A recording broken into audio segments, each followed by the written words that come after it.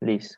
Entonces aquí vamos a hablar de esas propiedades del campo electromagnético, ¿cierto? Entonces, por un lado tenemos las propiedades del campo eléctrico y por este lado tenemos las propiedades del campo magnético. Entonces, tenemos la definición de corresponde a la intensidad del campo eléctrico. Esta nos da información de la magnitud vectorial que representa la fuerza eléctrica que actúa por unidad de carga testigo, ¿cierto? Lo que hemos definido, que el campo eléctrico era igual a la fuerza eléctrica sobre la carga cuando la carga tiende a cero. Esa es la intensidad de campo eléctrico y esa se presenta en todo el espacio, sea vacío o sea dentro de un material, ¿sí? Tenemos por otro lado la definición del vector D. El vector D hace referencia a la densidad de flujo eléctrico. Esta densidad de flujo eléctrico representa la cantidad de líneas de campo eléctrico que pueden atravesar un material, más que todos los dieléctricos, ¿cierto? Esta hace referencia a qué tan fácil es para el campo eléctrico entrar dentro de un material. Y está relacionada con una propiedad o con una constante de proporcionalidad que se conoce como la permitividad eléctrica. Otra propiedad del campo eléctrico es el vector polarización. Se define con P. Este vector P expresa la cantidad de campo vectorial o la densidad de momentos eléctricos que aparecen dentro del material, ¿cierto? Resulta que dentro de los materiales hay dos tipos de carga, eso pues lo vamos a ver la próxima clase. Hay una carga que se puede mover libremente por el material, como es en el caso de los conductores, que son electrones que están libres dentro del sistema y que se mueven pues por la presencia del campo eléctrico. Pero hay otras que están ligadas a la estructura atómica del material, ¿cierto? Son electrones que están girando en sus niveles de valencia y que no se pueden desprender de este tan fácilmente, ¿cierto? Entonces, al aplicarle el campo eléctrico externo, esos pequeños electrones que siguen confinados al material, pues van a experimentar una fuerza y lo que van a hacer es que ese material de cierta manera se polarice, como que experimente una fuerza eléctrica en el interior en el cual se van a alinear esas cargas positivas en una dirección y las cargas negativas en otra. A ese alineamiento de esa estructura atómica que no puede moverse libremente dentro del material, pero que si experimenta la fuerza se le conoce como la densidad de polarización. Entonces, la P representa todas esas cargas que se encuentran ligadas a la estructura atómica del material y que experimentan interacción con el campo eléctrico. A D se le conoce como la densidad de flujo eléctrico, es decir, la cantidad de campo eléctrico que ingresa al material, y a E se le conoce como la intensidad de campo eléctrico dentro de todo el espacio. La relación entre estos tres propiedades del campo está por esta ecuación.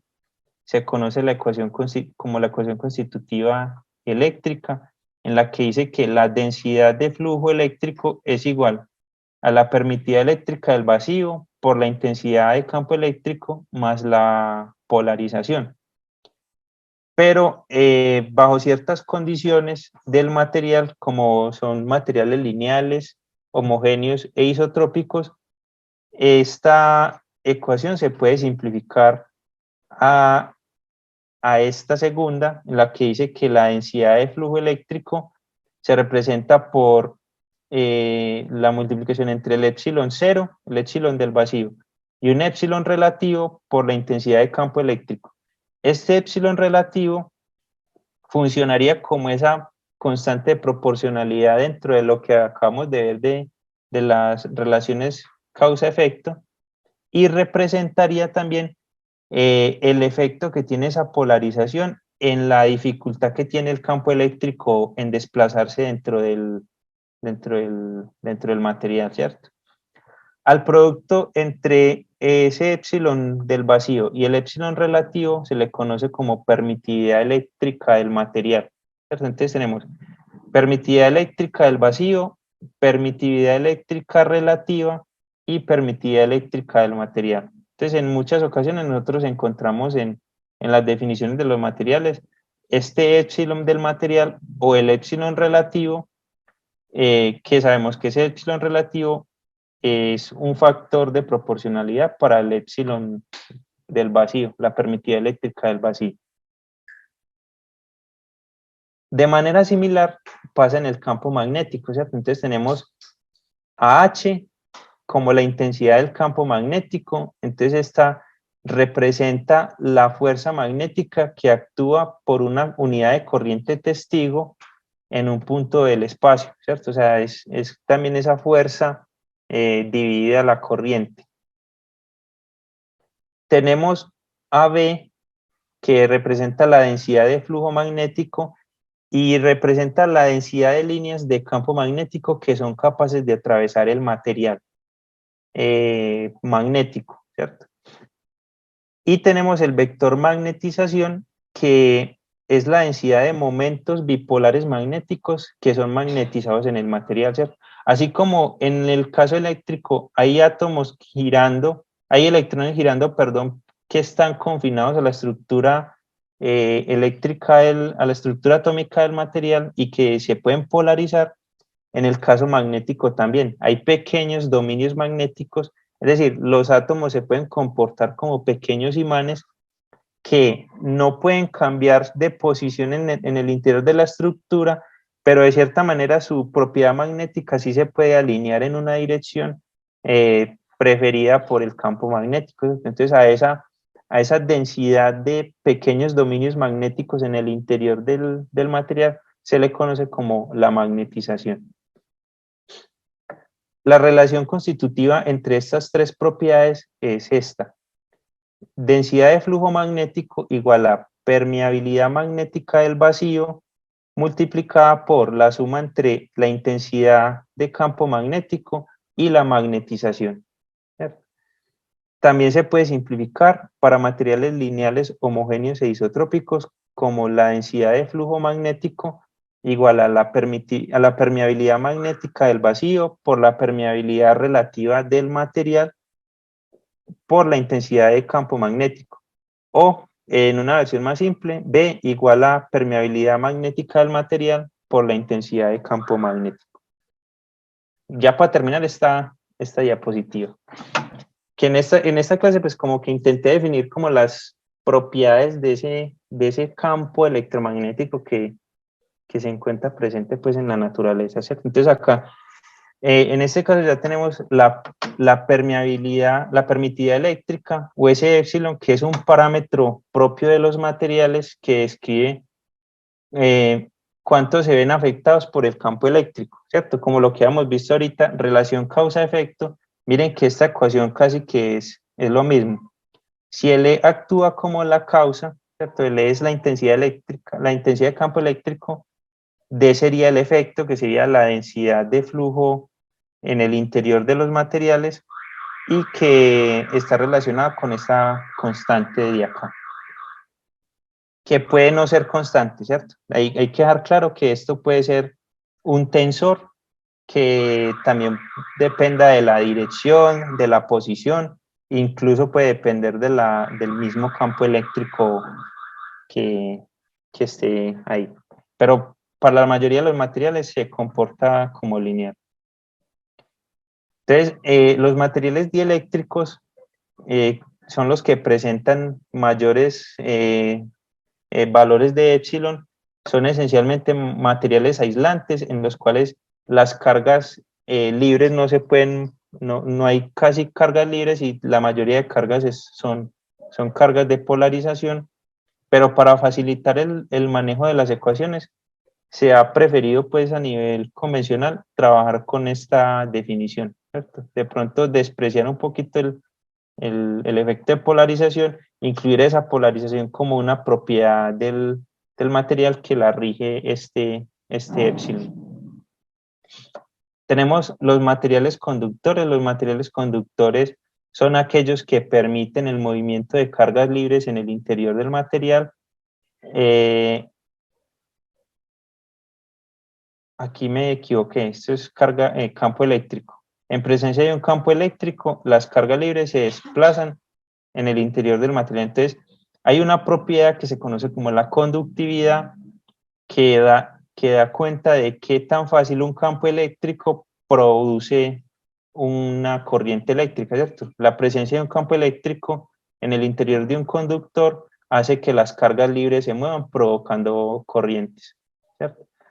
Aquí hay algo que clarificar. Yo les había mencionado ahorita que sigma era densidad superficial de carga, ¿cierto?